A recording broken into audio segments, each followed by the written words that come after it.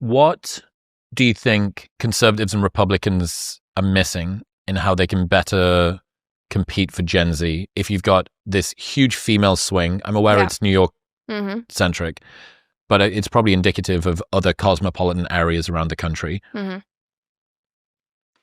What are the right missing that Mamdani got correct?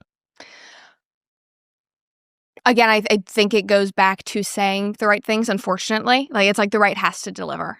Like, that's easier said than done. But we're at such a turning point, as we've been talking about, that I think people, especially in New York, especially people who are on the left, were desperate for something new, because I think people on the left are just as fed up with their own establishment politicians. They were, they didn't want Kamala to be instated. I think they were tired of the fact that Bernie never got a fair shot because they whatever it is, they primaried him. And so I think that we're all dealing with the same type of feelings. And Mamdani was an outsider and a disruptor. And so I think that worked in the same way that Trump worked in 2016. And so I do think that it comes down to what Trump and Vance are able to deliver. And I also think if Vance is the nominee in 2028, his messaging has to be so incredibly clear, and he cannot fall prey to the neocon messaging. What would be the biggest errors that he could make if you were to design a campaign for JD to fail as impressively as possible? What would you be talking about? I think a big part of it would be tone and talking down to people.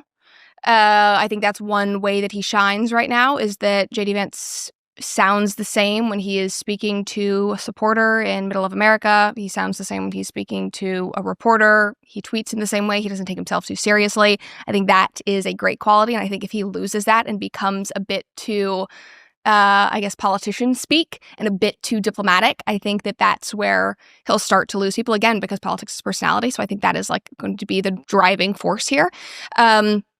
I think if he talks a lot about foreign affairs, I think if he's saying we're going to send all of our money overseas, I think that's going to be a problem for young people. Because again, if we're looking at our own country and going, if my generation is saying, I don't feel like I can buy a house, I am, under all of this debt, my taxes are so high, I can't start a family, whatever it is, if that is the attitude that they have and what they feel like their reality is, the last thing they want to hear is, hey, we're shipping our money overseas.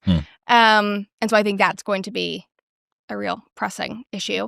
I also think, and I said this in a recent episode, and I was interested to see how people responded to it, and they actually agreed, but I kind of made a joke, and I was like, I don't think my generation cares as much about owning the libs. They care about owning a house.